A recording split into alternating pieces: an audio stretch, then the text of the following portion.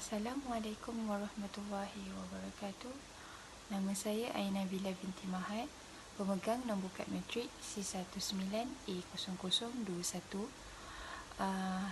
Kumpulan saya telah mengkaji hasil karya daripada Cindy Sherman yang menggunakan kaedah teori kritikan Barrett. Kritikan bermaksud perbincangan bersifat ilmiah yang mempunyai alasan dan bukti yang dihuraikan melalui sistem, gaya dan teknik yang boleh mengangkat sesebuah karya seni itu ke tahap yang lebih baik. Kritikan dilakukan daripada pelbagai sudut berasaskan satu sistem yang teratur, merangkumi deskripsi, analisis, interpretasi dan pertimbangan. Seterusnya kita pergi kepada yang pertama, deskripsi. Seperti yang kita lihat, gambar di sebelah adalah gambar seorang badut. Yang kita ketahui badut adalah seorang manusia yang berperanan akan membuat orang sekelilingnya akan merasa ketawa dan terhibur melihat perwatakannya. Badut kita boleh dapati dia ada di majlis seperti majlis hari jadi. Dia akan membuat kita terhibur. Gambar di sebelah ini menunjukkan gambar ini menggunakan warna yang panas seperti warna merah dan kuning. Hal ini kerana warna tersebut adalah merupakan warna yang dominan yang digunakan dalam perwatakan badut. Seterusnya kita pergi kepada analisis. Dalam karya ini, pengkarya menggunakan komposisi linear dan figura. Hal ini kerana dalam karya ini wajah badut menjadi perhatian kepada audien kerana audien melihat rambut, wajah dan pakaiannya. Warna dalam gambar ini adalah warna yang terang seperti warna kuning yang telah menjadi perhatian. Seterusnya, interpretasi.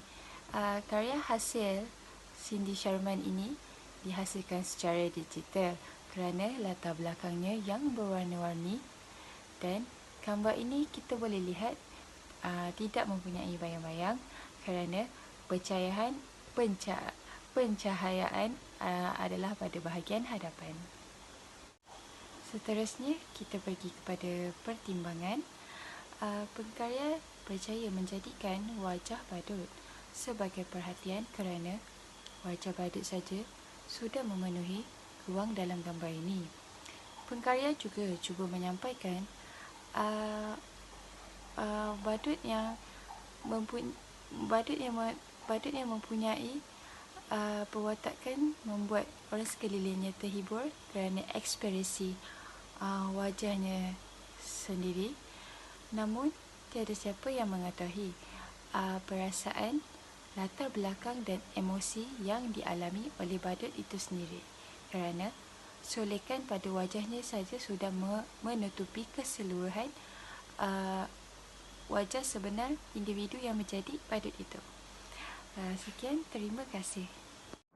Assalamualaikum, nama saya Aina Jiha binti Muhammad Idrus, memegang nombor kad matrik C19A0022.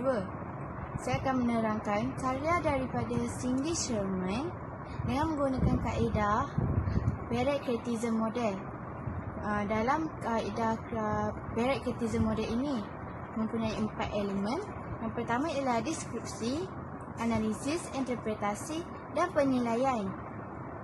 Gambar yang pertama ialah diambil oleh Cindy Sherman, untitled #96 pada tahun 1981.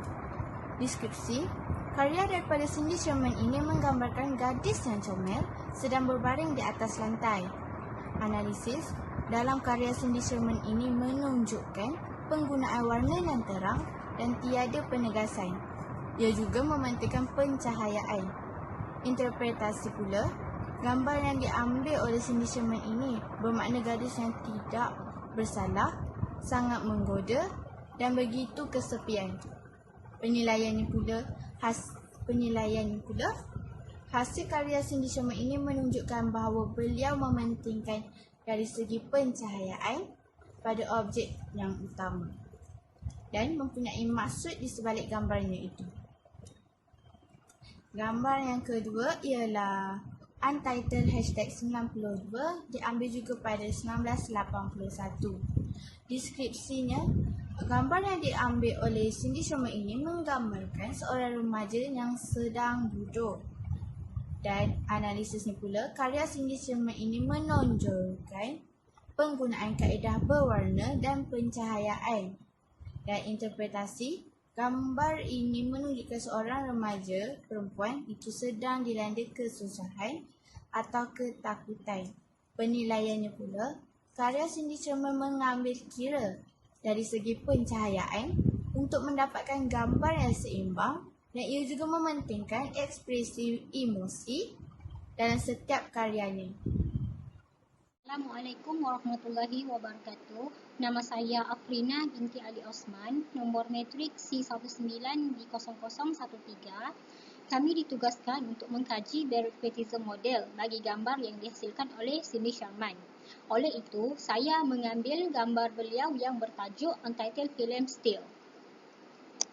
Ini merupakan contoh gambar The Untitled Film Still #30 yang diambil pada tahun 1999.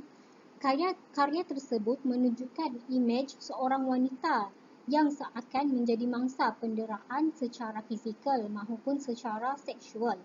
Hal ini dapat dibuktikan apabila terdapat kesan lebam pada wajah wanita itu. Dan wanita ini juga menunjukkan ekspresi ketakutan yang sangat jelas. Gambar tersebut menggunakan perspektif liner, yang mana wanita dalam gambar tersebut menjadi fokus dan menjadi perhatian dalam potret itu kerana berada di tengah-tengah gambar. Kesan dimensi yang ditunjukkan oleh tingkap yang gelap di belakang menjadikan wanita itu lebih menonjol dalam gambar serta kadar fokus lebih tertempu kepadanya. Teknik foto yang diambil ialah dengan kaedah hitam putih dalam berlatar belakangkan yang gelap bagi memberikan penegasan pada subjek. Pencahayaan yang diambil adalah pada sebelah kiri dan medium yang digunakan pada gambar ini adalah kaedah warna hitam dan putih. Berdasarkan analisis ini, kita dapat lihat wanita ini seorang isteri yang dikhianati oleh suami dan didera secara fizikal.